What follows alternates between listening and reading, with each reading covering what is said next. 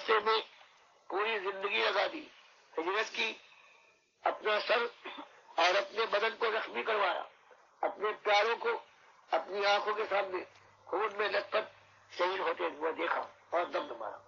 تو پہلی چیز سنت کی یہ ہے۔ اور آج جو ان سے محبت کا دعویٰ کرتے ہیں، ان کا کہنا یہ ہے کہ صرف یہی نہیں کہ اللہ کے نبی صلی اللہ علیہ وسلم آخری رسول، اللہ کے سب سے محبوب بندے ہیں، بلکہ آج دنیا نے کہنا شروع کیا ہے کہ جس چیز کو آپ مٹانے آئے تھے اسی چیز کو آج اللہ کے نبی صلی اللہ علیہ وسلم پر لگا دیا کہ اللہ نور کا ہے اور نبی صلی اللہ علیہ وسلم اللہ کے نور کے ٹکڑے ہیں۔ مالک فرماتا ہے لیس کمثلہ شیء، تو میری تو کوئی مثال نہیں ہے۔ وجعل الظلمات والنور، اور اللہ نے تو جہاں تاریکی پیدا کی ہے وہاں نور کو بھی پیدا کیا، یہ مخلوق ہے۔ تو یہ اللہ کے ساتھ اللہ کے نبی صلی اللہ علیہ وسلم کو، اس نبی صلی اللہ علیہ وسلم کو جو اللہ کے سامنے 5 وقت مسجد میں اپنا ماتھا ٹیک دیا کرتا تھا، جو راتوں کو کھڑا رہتا تھا اللہ کے سامنے یہاں تک اس کے پیر سوج سوج کر تھک جاتے، اس کو اللہ کی ذات کا ٹکڑا بنا دیا۔ جیسے یہودیوں نے، عیسائیوں اور عربوں نے اللہ کے بیٹے اور بیٹیاں بنائی تھی، تو آج امت نے یہی کیا، اور پھر یہ چندرا کر کہتی ہے کہ ہم اپنے نبی سے محبت کرتے ہیں، محمد صلی اللہ علیہ وسلم کو اپنا نبی مانتے ہیں اور اللہ پر ایمان ہے۔ میرے بھائیوں، یہ ایمان نہیں، یہ شرک ہے۔ اللہ قرآن میں فرماتا ہے اگر تم نے میرے بیٹے اور بیٹیاں بنائی ہیں تو ایسا تم نے جرم کیا ہے کہ آسمان تم پر پھٹ پڑے، زمین تمہیں لے کر شک ہونے کے بعد اپنے اندر تم کو دفن کر لے، اور پہاڑ ریزہ ریزہ ہو کر ٹوٹ پڑے، تو یہ بعید نہیں ہے۔ اسی طرح سے اللہ کے نبی صلی اللہ علیہ وسلم نے اعلان کیا کہ مجھے علم نہیں ہے، کوئی نہیں جانتا علم غیب تو اللہ کا ہے، اور کہا کہہ دیجیے قل لا یعلم من فی السماوات والارض الغیب الا اللہ وما یشعرون ایان یبعثون، کہ چھپی ہوئی بات پہ سوائے اللہ کے کوئی نہیں جانتا۔ اور رہے یہ مردے جن کو پکارتے ہو، ان کو تو اپنی خبر نہیں ہے کہ قبروں سے کب زندہ کر کے اللہ ان کو قیامت کے دن اٹھائے گا۔ فرمایا یہ اعلان کر دیے لو کنت عالم الغیب لاستکثرت من الخیر وما مسنی السوء، کہ میرا حال بھی یہی ہے کہ اگر میں چھپی ہوئی کل کی بات کو جانتا تو بس نفع فائدہ ہی فائدہ، خیر ہی خیر جمع کرتا، اور مجھے کوئی مشکل پیش نہ آتی، کوئی تکلیف نہ پہنچتی۔ حالانکہ لوگ مجھے دھوکہ دیتے ہیں، میرے 70 صحابہ کو لے جاتے ہیں اور شہید کروا دیتے ہیں۔ کتنی باتیں ہیں جو میرے سامنے آتی، اور کوئی نہیں جاتا، دیکھ لو فرشتوں کے سامنے جن کو اربت تم پوچھتے ہو۔ جب انہوں نے یہ کہا کہ مالک ہم تیری حمد و ثنا تقدیس اور تحمید کے لیے موجود ہیں، یہ انسان کہیں اس زمین میں خون نہ بہائے، تو اللہ نے کہا اچھا تمہارے علم کا ایسی بڑی بات کہتے ہو، تو اللہ نے کچھ چیزیں لانے کے بعد ان کے سامنے رکھ دی اور کہا بتاؤ ان کے نام کیا ہے؟ قالوا لا علم لنا الا ما علمتنا، تو مالک جتنی تو نے تعلیم ہمیں دے دی وہ تو ہمارے پاس ہے، لیکن ان چیزوں کا نام ہمیں معلوم نہیں۔ فرمایا جن کا عالم یہ ہو اپنے سامنے چیزیں رکھے ہوئے پاتے ہیں اور نام تک نہیں جانتے، ان کو تم پکارتے ہو یا منات بابا اغثنی ہماری فریاد رسی کرو، یا لات ہمارے غوث بن جاؤ۔ فرمایا ابراہیم علیہ السلام کے پاس فرشتے آئے انسانوں کی شکل میں، وہ مہمان سمجھے، گھر سے کھانا لا کر پیش کیا، جب انہوں نے کھانے کے لیے ہاتھ نہیں بڑھایا تو خوف کھائے اور چہرے کا رنگ بدل گیا. فرشتے جو انسانی شکل میں تھے وہ پہچان گئے کہ ہمارے یہ رسول پہچان نہیں پائے ہیں کہ ہم فرشتے ہیں، کھائیں گے نہیں. اس لیے انہوں نے کہا آپ خوف میں کھائیے، ہم اللہ کے فرشتے ہیں، ہم کھانا نہیں کھاتے. تو اس ایک واقعے سے اللہ نے بتایا کہ دیکھو پیغمبروں کو پکارنے والوں، پیغمبر کے سامنے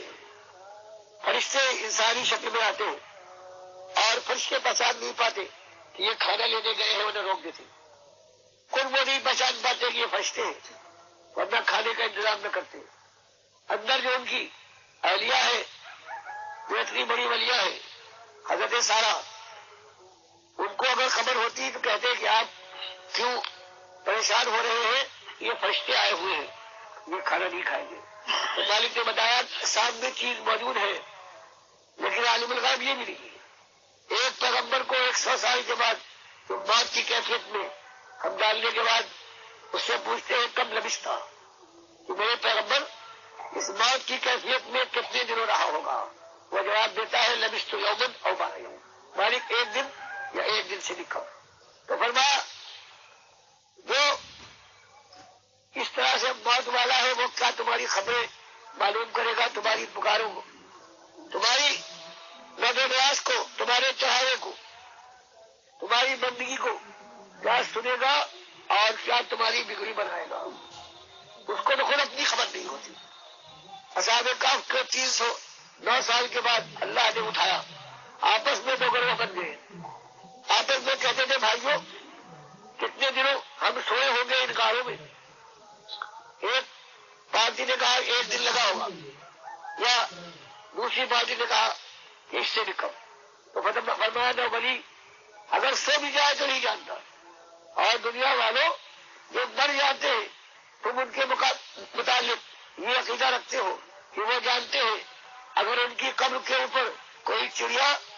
بیٹھ جائے تو بتا سکتے ہیں یہ نر ہے یا مادہ ہے. تو بتایا کہ کچھ ہوش کے ناخن لو اللہ کے بندو، اپنی زندگی کو اپنے ایمان کو برباد نہ کرو. اسی طرح سے کہا یہ مال و دولت، یہ جسم جان، یہ اللہ کی امانت ہے، اس کو اللہ کے سامنے جھکاؤ. اگر نظر نیاز کرنا ہے تو اللہ کی نظر کرو، مالک کا احسان ہے. کسی اور کی نظر کرو گے تو یہ مال میں شرک ہے. اللہ کے سامنے جھکو. یہ لوگوں تم قبروں کے سامنے جھکتے ہو، تم پیروں کی قلم بوسی کرتے ہو. یہ سارا یہ کفر شرک جو آج پھیل گیا ہے، یہ جو نقلی کعبے بنے ہیں جن کے لیے اللہ کے نبی صلی اللہ علیہ وسلم نے منع فرمایا تھا کہ دیکھو قبر کو پکا نہ کرنا، اس کے اوپر کوئی عمارت نہ بنے، اس کے اوپر مجاور نہ بیٹھنا، یہاں میلے نہ لگے. آج وہ سونے لگا بالکل حج کی طرح سے، آج اللہ کے گھر کی طرح سے یہ اللہ کے بندوں کے گھر بنائے گئے، اور ان کا ہر سال حج کی طرح سے عرس بنایا گیا. اور عرس کے موقع پر یہ اللہ کے بندے جو اپنے کو مسلمان کہتے ہیں انہوں نے وہی پابندی لگائی جو احرام کی پابندی ہوتی ہے. کبھی ننگے پیر چل رہے ہیں بابا کے پاس جا رہے ہیں اور کبھی ننگے سر. پھر تلبیہ ان کا یہ ہے کہ لبیک اللہم لبیک کی جگہ پر باہو حق باہو بے شک باہو. پھر پہنچنے کے بعد حجر اسود کو اللہ کے نبی صلی اللہ علیہ وسلم نے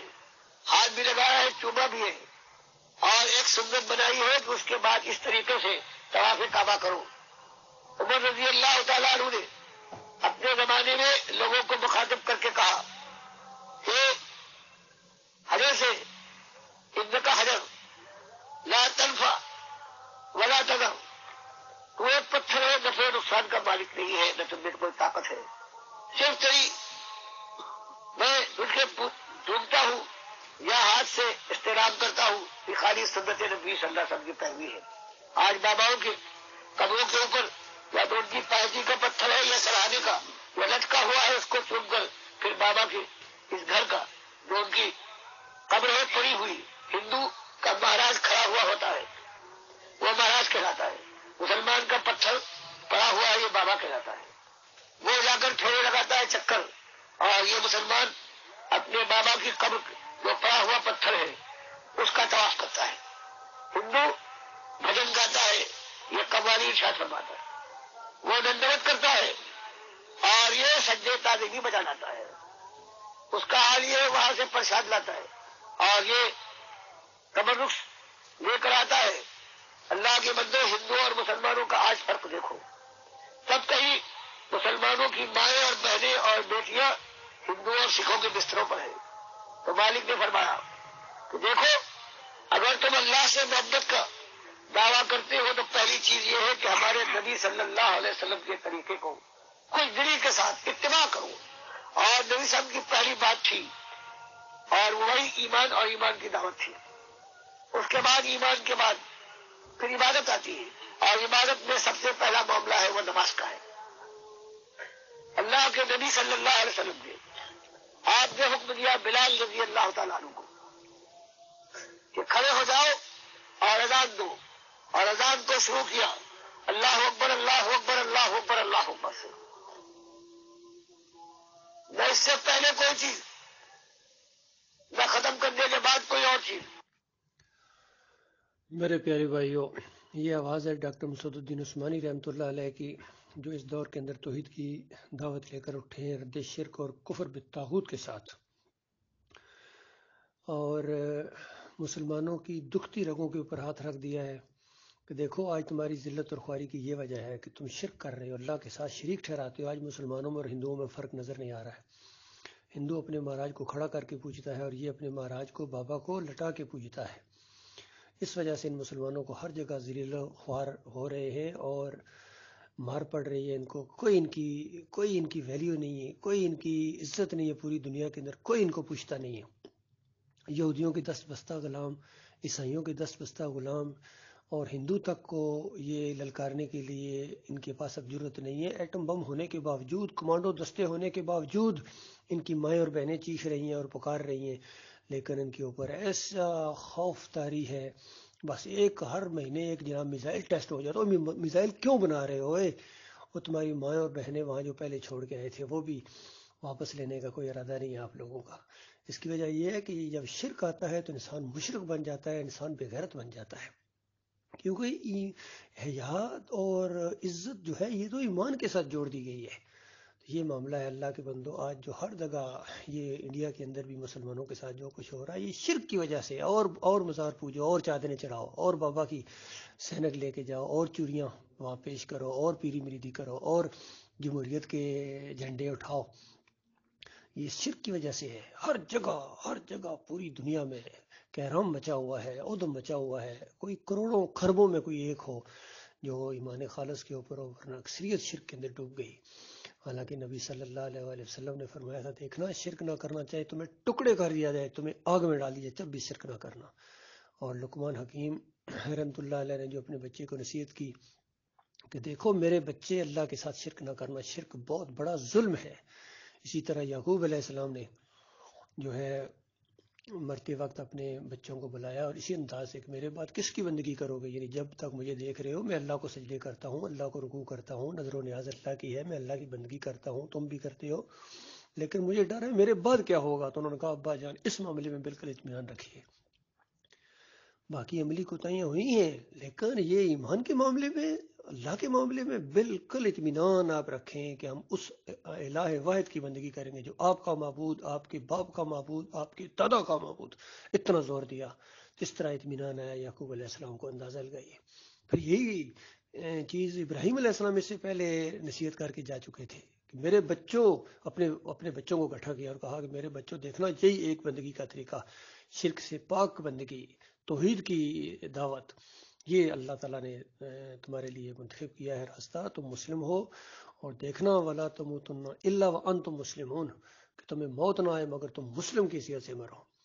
تو آج یہ قوم فرقوں میں بن گئی، کوئی بریلوی، کوئی دیوبندی، کوئی اہل حدیث، کوئی سلفی، کوئی سعودی، حنبلی، شافی، آج کے حنفی اور حنیفی، یہ نیا گروپ اٹھایا، کہتے ہیں یوسف علیہ السلام کو سجدہ ہوا۔ انداز اس تقریر کے اندر بھی ڈاکٹر عثمانی رحمۃ اللہ علیہ سجدہ تعظیمی کا رد کر رہے ہیں، اور دوسرے ایک بیان کے اندر انہوں نے فتویٰ لگایا کہ جن کا ایمان صحیح نہیں ہوتا وہ اس طرح تفسیر کرتے ہیں کہ یوسف علیہ السلام کو سجدہ ہوا، نہیں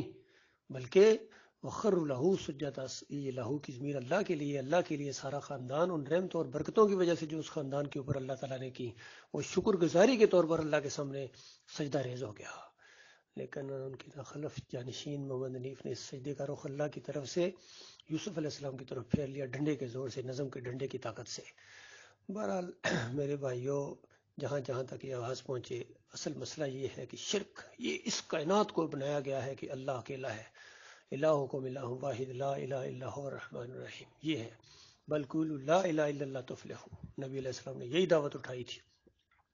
آج بھی یہ دعوت اٹھنی چاہیے، انڈیا کے اندر بھی، پاکستان کے اندر بھی، بنگلہ دیش کے اندر بھی، سعودیوں کے سامنے بھی، ہر ایک کے سامنے۔ یقین کریں آج کے یہ سعودین کے سامنے آپ لا الہ الا اللہ محمد رسول اللہ کی دعوت پیش کریں، یہ پکڑ کے آپ کو جیلوں میں ٹھونسیں گے، آپ کو اس طرح آپ کے ساتھ کریں گے جس طرح ابو جہل نے کیا تھا، کیونکہ یہ گنبد کے پجاری، بادشاہت کے پجاری، اور ہماری پوری قوم یہ گنبدوں کی پجاری بن گئی ہے، درگاہوں کی، مزاروں کی، ان کی دماغوں کے اندر چلے گئے یہ پیر اور یہ بابے۔ جب تک یہ نہیں نکلیں گے تب تک کوئی خیر نہیں آ سکتی۔ اللہ تعالیٰ غور و فکر کرنے کی توفیق عطا فرمائے۔